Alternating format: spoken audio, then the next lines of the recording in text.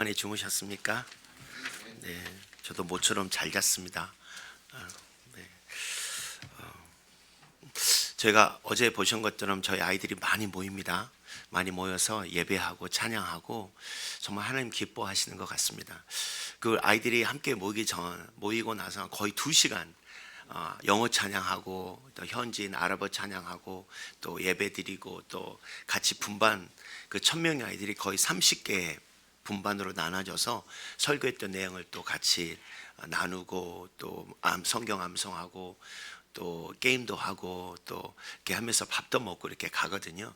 근데 이제 설교하기 전에 제가 아이들하고 항상 외치는 구호가 있어요. 그게 뭐냐면 아나바로, 아랍어로 아나바로. 나 혼자는 꿀로 하자. 꿀로 하자가 무슨 말이에요? 에브리띵이에요. 모든 것이 마바그달. 마바그달이 뭐냐면 불가능하고, 마 예수와 함께하면 꿀로 하자. 모든 것이 바그달. 모든 것이 가능합니다. 할렐루야. 우리 한번 해볼까요? 절 따라하셨어요. 아나바라우. 아나바라우. 꿀로 하자. 마 바그달. 마 예수와 꿀로 하자. 뭐라고요? 바그달. 바그달. 우리 옆에 분들에게 합시다. 아나바라우. 옆에 분들 고백합시다. 나 혼자는, 내 인생의 나 혼자는 모든 것이 불가능하지만 예수와 함께하면 모든 것이 가능합니다. 믿음대로 선포하고 될 줄 믿습니다. 왜냐하면 우리 안에 예수가 있습니다. 아나바라우. 아나바로 나 혼자는 모든 것이 불가능하지만 예수와 함께하면, 부활하신 예수와 함께하면 모든 것이 가능할 줄 믿습니다. 할렐루야. 오늘은 제 개인적인 일을 좀 나누고, 모든 제 삶의 간증이 개인적인 거지만 우리 아이들 얘기를 좀 하려고 합니다. 남수단에 사는 그 모든 삶 속에서 저희 아이들이 저희들한테 굉장히 중요합니다. 보통 선교사 자녀들을 생각하면 좀 가슴 아프고 어려움들이 있지만, 하나님께서 남수단 그 오지에서 저희가 그런 10여 년의 시간들을 함께 할 수 있었던 것은 우리 아이들이 저희들과 함께 견뎌내고 이루어 주었기 때문이라고 저는 믿습니다. 또한 우리 아이들이 저희랑 떨어져서 케냐에 있는 선교사 자녀학교에서 공부할 수 있었기 때문에, 거기 저희 산골은 제대로 학교 시스템도 없고, 만약에 거기 현지인 학교를 갔으면 아마 우리 아이들이 진짜 바보가 됐을 것입니다. 하지만 하나님께서 우리 아이들을 케냐에 있는 학교에서 잘 키워주셔서 저희는 정말로 집중해서 마음 원하는 대로 하나님께서 일할 수 있도록, 그 사역에 집중할 수 있도록 허락해 주셨다고 저는 믿습니다. 그거는 우리의 생각, 제 아내의 생각이었던 것 같습니다. 아이들은 부모를 떠나서 중학교 1학년 13살, 14살부터 부모를 떠나서 케냐에 있는 학교에서 살아가겠다는 그 삶이 제가 생각과 달리 그지 그렇게 행복해하지 않았던 것 같습니다. 저희는 감사했습니다. 우리 아이들이 있는 그 학교로 갈 때마다 선생님께 너무 감사했고, 너무너무 귀한 이러한 일들을 허락하신 하나님께 감사했습니다. 이제 와서 아이들이 저희들에게 얘기합니다. 왜냐하면 그때는 우리에게 옵션이 없었어요. 그곳에 가서 살 수도 없고, 그 환경에 거의 전기도 없고 물도 없고 인터넷도 없고, 제대로 지네들이 원하는 먹고 싶어 하는 것들을 살 수도 없고 구할 수도 없는 그 환경에서 자라기는 쉽지 않았어요. 정말 저희가 아이들을 보려고 버스를 5번을 타고 케냐를 가게 되면 며칠을 걸려서, 저희는 학교에 가면 학교에 가는 아이들이 먹는 그 밥이 너무 좋았어요. 그 야채와 그 먹는 것이 우리가 사는 그 삶과 너무 비교해서 너무 좋았기 때문에 저는 우리 아이들이 행복할 거라고 생각했어요. 하지만 우리 아들은, 또 우리 큰아들은 내 인생에서 이 학교의 시간들은 너무 힘들었고 어려웠고 고통스러워요. 더 이상 이 학교의 얘기를 하지 말라는 거예요. 우리 둘째 아이도 마찬가지예요. 그러는 그 삶의 모습들, 내 인생에서 아빠 학교에서 방학하기 일주일 전이 얼마나 나에게 지옥의 시간이었는지 아냐고. 다른 아이들은 이제 학교에서 방학하게 되면 엄마 아빠가 있는 집으로 돌아가게 되면 거기는 엄마가 해주는 맛있는 밥도 김치도 불고기도 먹을 수 있지, 또 게임도 할 수 있고, 또 그동안 못 만났던 친구들도 만날 수 있어서 너무 익사이팅하고 좋은 시간이었지만, 우리 아이들은 케냐에서 오기 위해서 며칠을 걸려서 버스를 타고 와야 되고, 차를 타고 비행기를 타고 온다고 해도 수도에서 저희 마을까지 온다는 것은 15시간 이상의 차를 타고 와야만 하는 순간들이었어요. 제대로 제가 차가 없었기 때문에. 그럼 현지인 차를 빌려서 온다로 에어컨 제대로도 없는 그 차에서 40도가 넘는 그 황무한 땅을 걸어오는 그 아이들은 너무너무 고통스럽고 힘들었을 것 같아요. 우리 큰아들은 거기 도착하는 순간 뻑큐 욕을 하면서 문을 닫고 들어가서 안 나옵니다. 들어와서 나와도 4m, 5m 제가 지금 자고 있는 그 위에 방의 사이즈에서 침대 4개를 놓고 그 아이들이 선풍기도 없고 에어컨도 없는 그곳에서 한 달의 시간들을 부모와 보내야 했었던 것입니다. 그래도 우리 둘째는 성격이 무난하지 않아서 잘 견뎌내는 것 같았어요. 무얼 해도 김치가 아닌 그냥 야생 빠빠야 그 열매를 해서 깍두기를 만들고 치즈를 만들어서 그렇게 해도 엄마 맛있다고, 엄마 맛있다고. 자기가 현지에서 파는 소고기를 사다가 요리를 해서 배탈이 남에도, 그래서 말라리아에 걸렸음에도 견뎌오고 감사했던 아들이었대. 네 아들이 고3 때 깊은 우울증으로 학교에서 자살을 시도했어요. 저는 이 아들이 이렇게 될 줄 몰랐어요. 너무 고통스러웠어요. 또 그때가 제가 말라리아에 심하게 걸려서 정말로 주님의 나라를 갈 때는 위급한 상황 가운데 이 아들이 또 같은 이러한 어려움을 겪게 돼서 제대로 몸을 가리지 못한 채 학교에 연락이 와서 케냐를 가게 됐어요. 케냐를 가게 돼서 그 학교를 갔는데 우리가 보았던 그 착한 아들이 그 아들이 아니었어요. 정말로 멘탈이 나가서 먼 산을 파고 늘 아들이 엄마 아빠 가면 우리 아들이 껴안아주고 스위티했던 그 정말로 착했던 그 아들이 어디로 갔는지, 그 아들이 먼 산을 보고 있는 그 모습에 너무 좌절했어요. 너무 가슴이 아팠어요. 학교에서 이 아이를 더 이상 우리가 보호할 수 없기 때문에 데려갔으면 좋겠다고. 그리고 케냐에 있는 나이로비에 있는 한 숙소에 가서 이 아들이 며칠을 잠을 못 잤던 것 같아요. 방에 넣어놓고 또 밤에 그런 일이 있을까 봐 안방을 잠궜어요. 그리고 현관을 잠궜어요. 그리고 거실에서 저희 부부가 그날 밤 시간을 울었어요. 하나님께서, 우리 아내가 그러더라고요.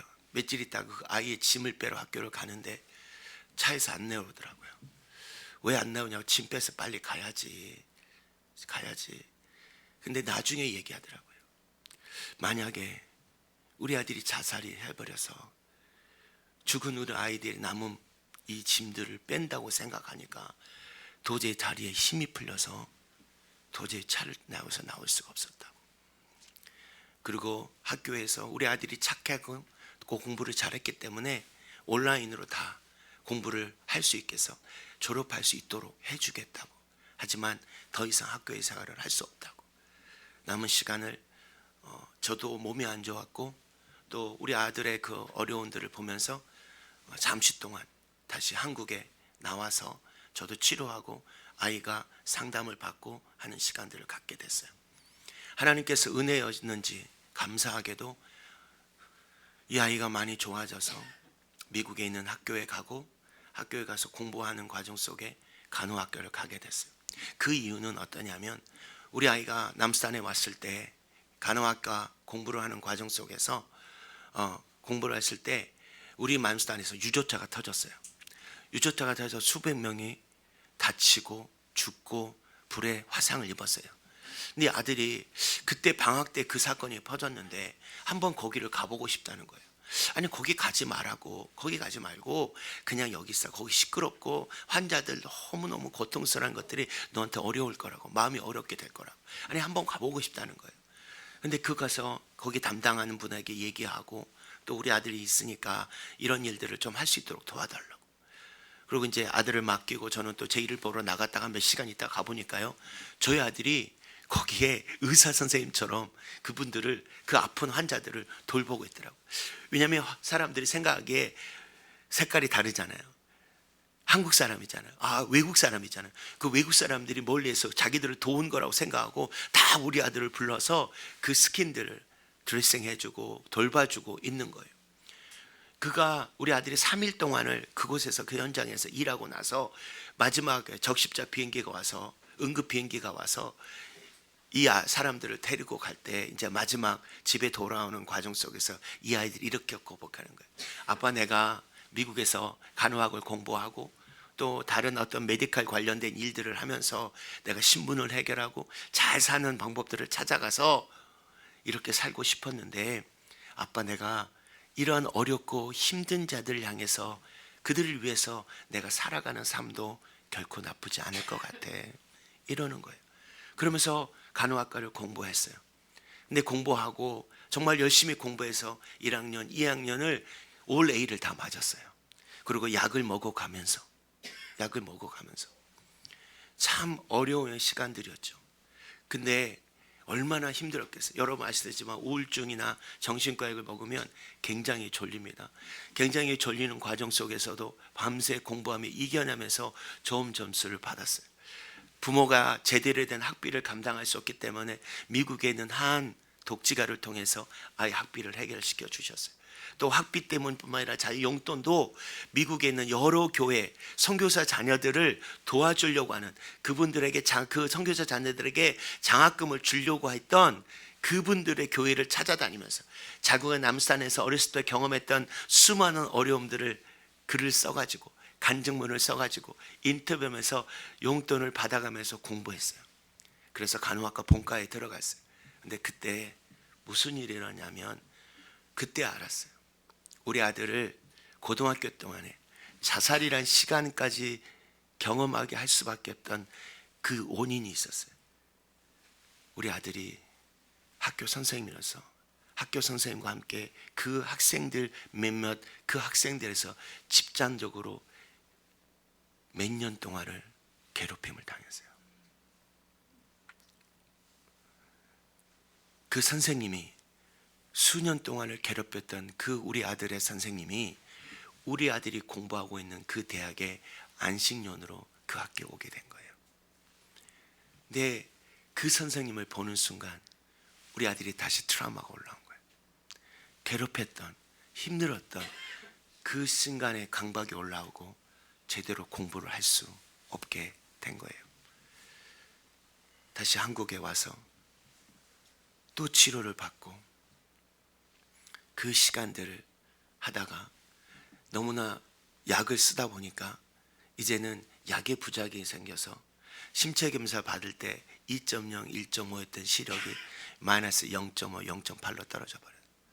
앞에 있는 그 글자가 보이지 않기 시작하고, 네, 그러한 또 다시 계속되는 그 아이들, 또 저희 아내는 한국에 와서 우리 아이를 돌보고 저는 남산에 사역하면서 그러한 시간들을 수년 동안을 보내게 됐어요.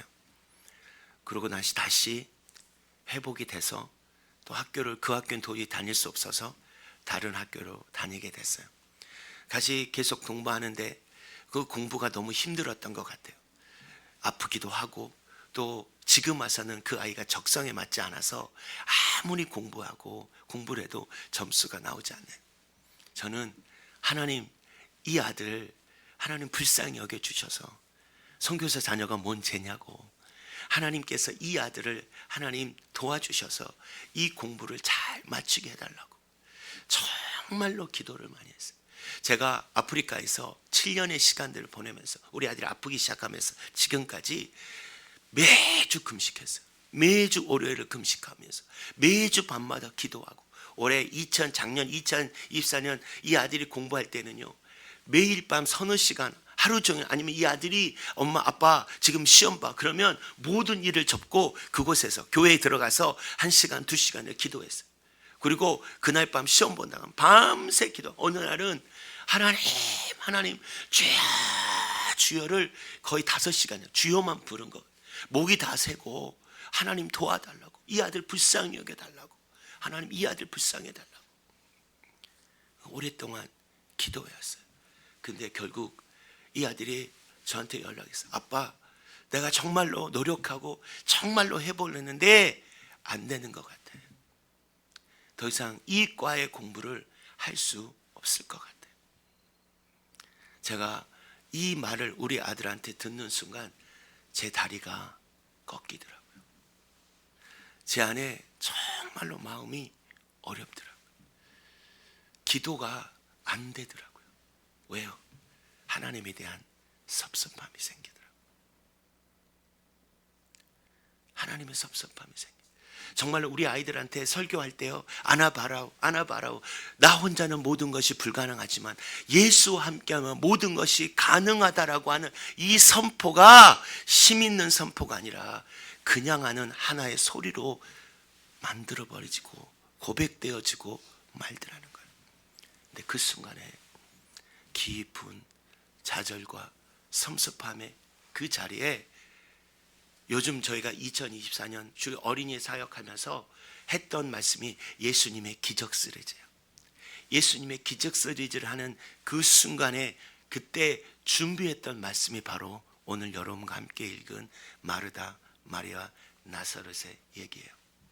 이 말씀을 준비하면서 하나님께서 정말로 내 마음과 한데 주님에 대한 섭섭함과 내 삶에 내가 원하는 때 원하는 방법의 기도가 응답되지 못했을 때 내 안에 잃어버렸던 그 소망을 다시 한번 이 말씀을 통해서 저를 회복시켜 주시고 그 소망을 하나님께서 찾고 일어서게 하시는 그 놀라운 은혜를 경험했던 은혜를 오늘 여러분과 함께 나누기 원합니다.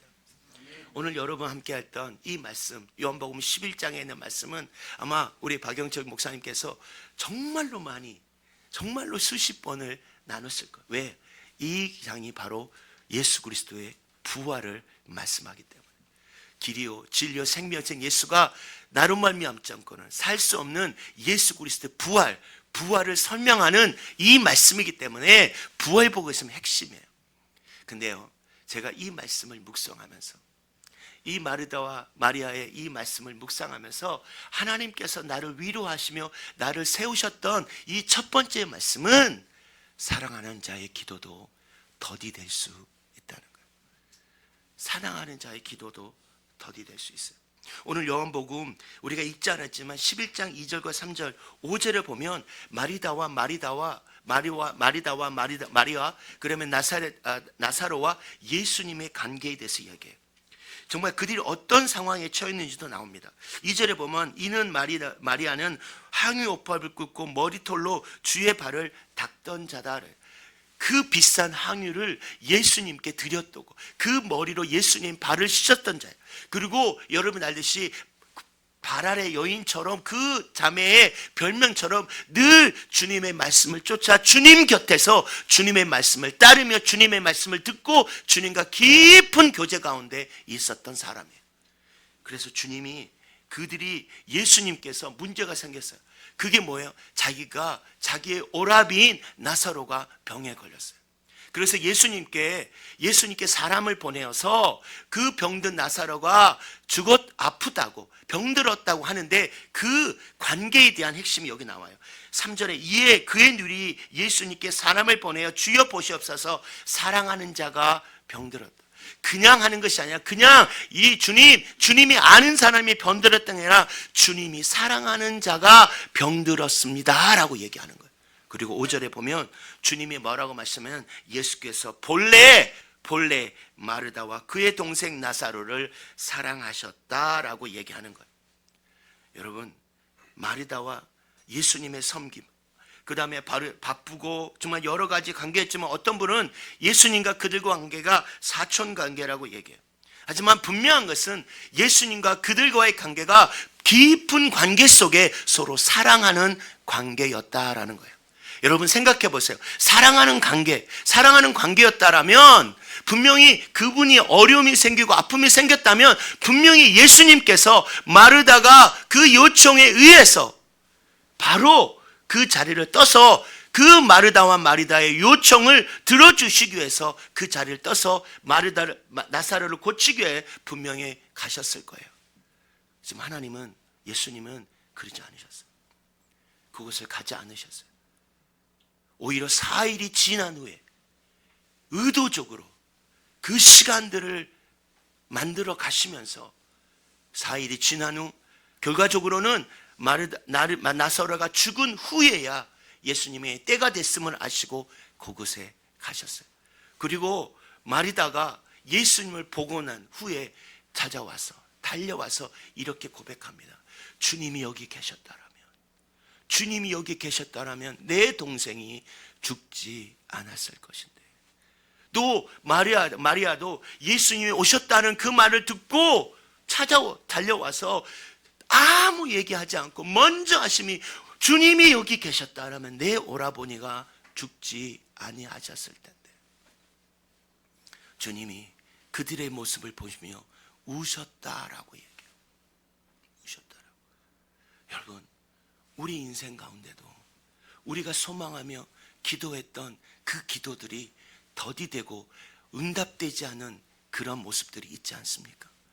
정말로 기도하고 금식하고 하나님 이때에 이 방법으로 하나님 이 기도를 응답해 주시면 하나님 내가 더 큰, 더 놀라운 일들을 하게 될 거라고 우리 아들, 우리 자녀들, 우리 남편, 우리 사역, 우리 가정, 이 교회를 위하여 기도했던 그 기도가 응답되지 않아. 오히려 더 깊이 주를 위하여 헌신하고 더 깊이 주님을 위하여 기도했던 새벽의 자리를 빌렸던 그 모든 분들은 왜 저렇게 새벽마다 기도했던 그분들의 기도가 더디 응답되는 모습들을 우리 주변에서 보지 않으십니까? 그러면서 우리 삶 속에 왜 저렇게 주님을 위해서 헌신하고 주님 위해서 살았던, 주님을 사랑했던 그들의 기도가 더디되고. 두 번째로 이 더디됨의 기도에는 분명한 목적과 이유가 있다는 거예요. 4절에 보면 예수께서 들으시고 이르시되 이 병은 죽을 병이 아니라 하나님의 영광을 위하며 하나님의 아들이 이로 말미암아 영광을 받게 하려 하시더라. 결국은 주님이 우리의 기도의 더디됨, 그들의 기도의 더디됨은 분명한 이유와 목적이 있었다는 거예요. 그게 뭐예요? 하나님의 영광. 이로 말미암아 하나님의 아들이 영광을 받게 된다는 것이죠. 우리가 주님께서 이 두 가지의 전제를 이해하기 위해서는 예수님께서 이날이 예수님께서 밥 지시던 전날 밤이었다는 사실을 우리가 가능성을 찾아볼 수 있어요. 예수님께서 나사로가 죽기까지 기다리고 오히려 일부러 나사로를 죽이셨다라고 생각할 수 있어요. 왜? 가실 수 있잖아요. 5시간 정도면 충분히 가셔서 나사로를 고치고 다른 일을 하셨을 수임에도 불구하고 4일이나 아니면 빙빙 돌아서 시간을 허비하면서 그 시간을 주님이 때를 기다리셨다는 거예요. 왜? 하나님의 영광. 이로 말미암아 하나님의 아들이 영광을 받게 된다는 거. 그게 뭐예요? 부활이에요. 부활. 정말로 예수님께서 그 전에 제자들에게 계속적으로 부활에 대해서 가르쳤어요. 부활에서 가르치면서 그렇지만 그들은 어떻게 사람이 죽었다가 살아날 수 있느냐 이해할 수 없었어요. 인간의 한계로 어떻게 사람이 죽었다 살아날 수 도저히 이해할 수 없었어요. 하지만 하나님은 이 나사로 자기가 사랑하고 사랑했던 이 가족을 통해서 주님은 부활이라고 하는 이 하나님, 이 땅에 그가 오신 이유요 목적을 그들을 통해서 택해서 설명하고 이해시키고 싶으셨던 거예요. 하나님의 영광, 하나님의 뜻, 하나님의 이유와 목적이 우리의 기도됨의 이유가 있다는 거예요. 세 번째로 우리 기도의 응답의 더디됨과 기다림은 아무에게나 허락되는 것이 아니라 하나님을 사랑하고 신뢰하는 자에게 허락된다는 것이요. 이것은 그분의 선택이라는 거예요. 여러분, 제가 이 말씀을 묵상하면서요, 이 말씀을 통해서 왜 하나님께서 이 나사렛의 가정을 택했을까? 그렇잖아요. 성경에 여러 사람들이 있어요.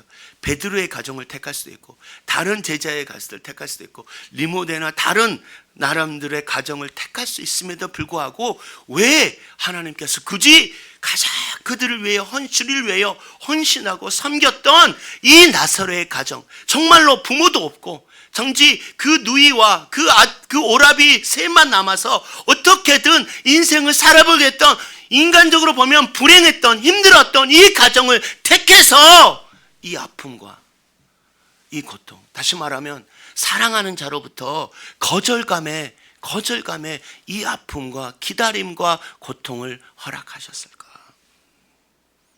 두 자매는 그들의 기도가 응답되지 않으더라도 그들이 주님이 그들이 나를 신뢰할 것 생각했어요. 그들은 예수님께서 병자들은 죽지 않도록 고칠 수 있지만 마리다 마리아는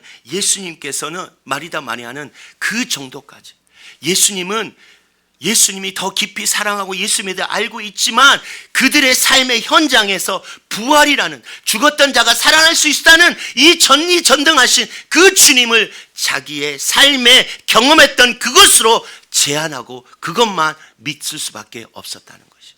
하지만 주님은 그들을 신뢰하셨다는 거예요. 비록 그들의 기도가 더디됨일지라도 내가 누구인지 알게, 비록 그 기도가 더딤에도 불구하고 이 시간을 견뎌낼 수 있을 거라 믿었다는 거예요. 주님이 우리를 신뢰하신다는 거예요. 왜? 너는 내가 계획했던 그 하나님의 영광, 하나님의 일을 위하여 내 기도가 네가 원하는 그 시간이 더디내도 불구하고 견뎌낼 수 있을 거라 믿었다는 거예요. 그 신뢰가 우리의 기도에 더디됨에 있을 수 있다는 거예요. 할렐루야. 아멘. 할렐루야. 아멘. 제가요 정말로 이 아들 위해서, 여러분도 마찬가지일 거지만 정말 기도했어요. 그냥 편한 환경이 아닌 수많은 일들과 상황들을 겪어내 가면서 하나님 이 아들을 고쳐주시라고, 정말로 우리 아들의 시력이 안 보인다는 말을 듣는 순간 우리 아이들 보면, 우리 형제들 보면 안 되잖아요. 저 구석편에 가서 거의 2시간을 얼마나 울었는지. 우리 아이들이요 저를 건들지 않더라고요. 연락도 안 하더라고요. 정말로 하나님 어떻게 이렇게 하실 수 있냐고, 어떻게 하나님 이렇게 하실 수 있냐고. 정말로 하나님께서 그 선생님을 우리 아들이 있는 그곳에 보내지지 않으셨더라. 주권자인 당신께서, 모든 것을 주관하는 당신께서 이 아이들에게 더 이상의 그 고통과 아픔을 주지 않으셨더라면 우리 아들이 이런 어려움들을 겪게 되지 않았을 텐데. 하나님, 주께서 도와주셨더라면 이 아들이 시험을 볼 때마다 조금만 잘 보면, 아빠 내가 선교사 할게, 아빠 내가 주를 위해 살게, 내가 이번에 이렇게 하시면 내가 주를 위해 살게라고 하나님 앞에 소망을 품고 하나님께 마음 안에 품어내는 이 아들 불쌍하지 않냐고, 하나님 도와주셔야 되지 않냐고. 어느 날요 제가 기도하는데요 주님께서 이런 마음을 주시는 거예요. 네 아들 불쌍하지? 예, 불쌍합니다. 이 아들 약 먹고 너무 졸리지만 공부해야 된다고 밤을 새면서, 땡스기빙 때나 그 학교가 방학 때도 다른 곳에 가지 않아요. 공부하겠다고 혼자 밥해 먹고 혼자 그렇게 사는 것들 하나님 도와주시라. 근데요 주님 이런 말씀하시는, 네 아들 불쌍하지? 하지만 내 아들 예수는요 십자가에서 피 칠지면서 조롱당한 그 모습, 너 그 모습 네가 아냐고.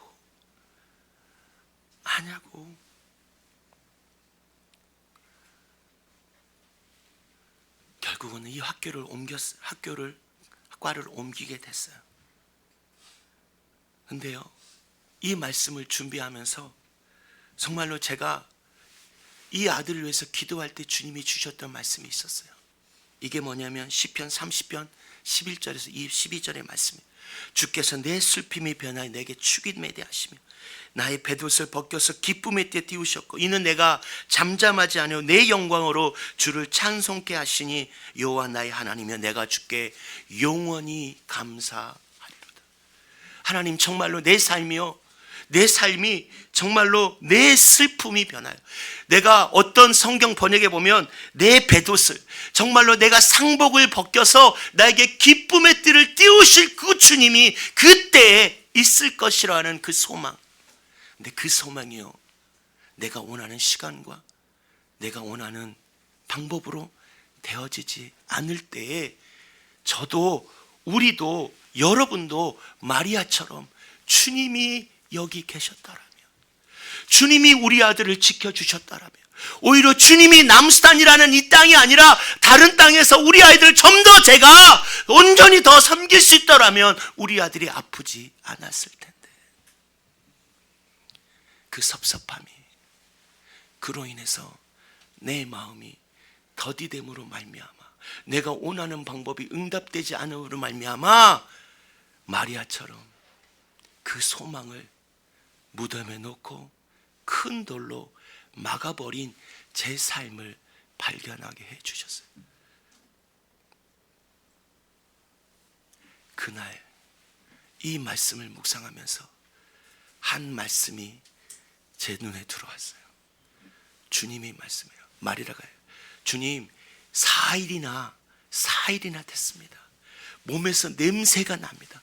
이제는 완전히 그 소망이 끝났습니다.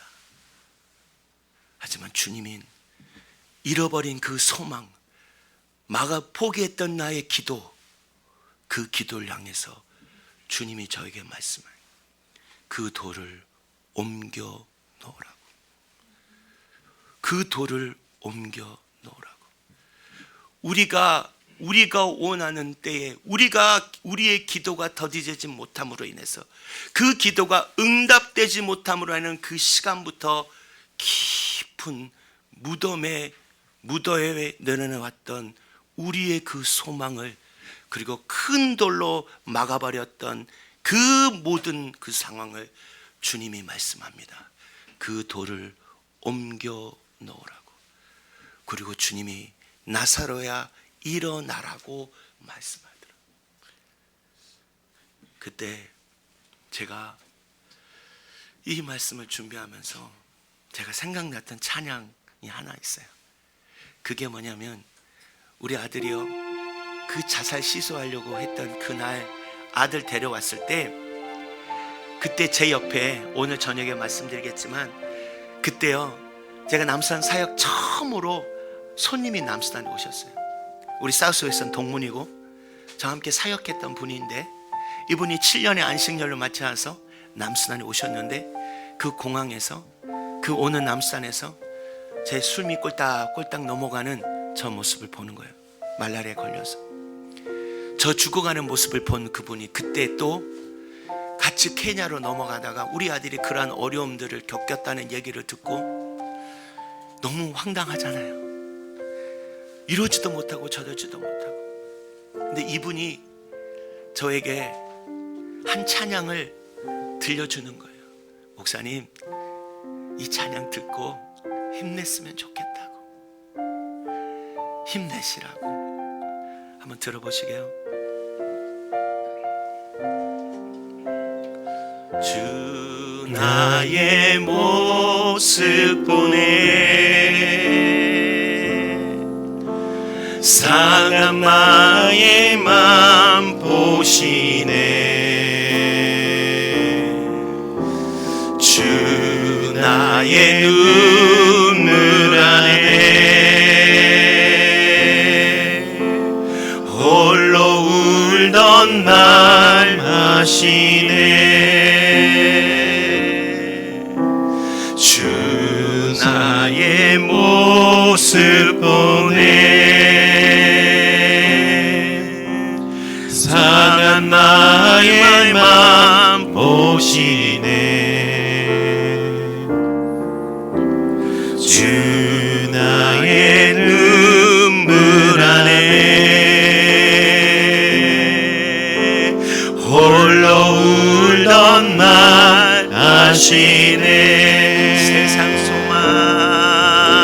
세상 소망 다 사라져가도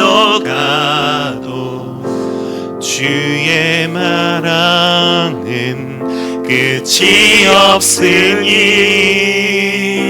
살아가는 이 모든 순간이 주의 임을 나는 믿네. 이 찬양을 이 말씀 가운데 생각나게 하시면서요, 우리 아들이요 계속 남산에 와서 치료를 받아야 되잖아요. 학교를 어디 둘 데 없으니까 남산에 와서 있으면서 살아가면서 이 아들이 한국에 돌아와서 저희 파송교회 목사님 우연히 만나서 이 얘기를 했다는 거예요. 목사님, 내 인생은요 커브 같아요. 요셉처럼 돌아가는, 다윗처럼 돌아가는 인생 같아요. 하지만 목사님, 저를 통해서 저 아픔과 고통을 경험하는 수많은 가족들이 위로를 받게 될 것이에요. 소망을 경험하게 될 것이에요. 제가 우리 아들 위해서 기도하는데 주님이 이런 말씀을 주셨어요. 내가 네 아들 멘탈 지키고 있어. 그 마음의 중심을 붙들고 있어. 네가 원하는 방법과 원하는 때가 네가 원하는 우리 아들의 모습이 아닐지라도 나는 더 큰 하나님의 영광, 하나님의 방법으로 인해서 네 아들을 통해 하나님이 일하실 거야. 여러분, 우리 인생에요 우리가 원했고 우리가 기도했던 수많은 기도가 있어요. 하나님, 이거 들어주시면, 하나님 이거 꼭 들어주셔야 합니다. 여러분의 자녀들 위해서, 여러분의 가정을 위해서, 여러분의 교회를 위해서, 여러분의 기도했던, 여러분의 소망했던 그것들이 응답하지 못할 때 우리도 마리아처럼 주님이 여기 계셨다라면, 주님이 지켜주셨다라면, 주님이 나를 도와주셨다라면, 주님, 내가 이런 모습으로 내 삶이 되지 않았을 텐데. 하지만 주님이 사랑하는 자에게 그 더디됨의 기도를, 왜요? 하나님의 영광을 위하여, 여러분을 통해서, 여러분 이 부족한 자를 통해서 하나님의 영광. 여러분, 마리아 이 가정을 통해서 주님이 오신 그 부활을 가리키고자 하는 그 선택하신 것처럼, 비록 여러분의 소망이 더디된다 할지라도, 원래 아예 없어진 것처럼, 여러분, 없어진 건 우리가 결정한 거예요. 우리가 잃어버린 거예요. 주님은 결코 잃어버리지 않으셨다는 거. 그 기도는 주님이 잃어버린 것이 아니라 우리가 잃어버렸어요. 우리가 포기해버렸어요. 우리가 응답되지 않음으로 말미암아 우리가 그 소망을 포기해버렸기 때문에 오늘 주님이 이 새벽에 여러분이 잃어버렸던 소망을 향하여, 여러분이 깊은 마음에, 깊은 무덤 속에 묻어놨던, 그리고 그 돌로 닫아버렸던 그 잃어버린 소망을 불러내기 원하십니다. 그리 죽었던 나사로를 부활시키셨던, 여러분의 인생에 죽어버렸던, 끝났던 그 모든 그 소망을 주님이 오늘 부활시키시기를 원하십니다. 그분의 영광을 위하여, 그분의 영광을 향하여 오늘 어제 여러분의 삶에 예수 충만한 삶을 나눴더라면, 여러분 그 예수 충만함으로 여러분이 여러분의 때에 여러분이 원하는 방법으로 응답되지 않으므로 잃어버렸던 그 소망을 다시 한번 끌어내십시다.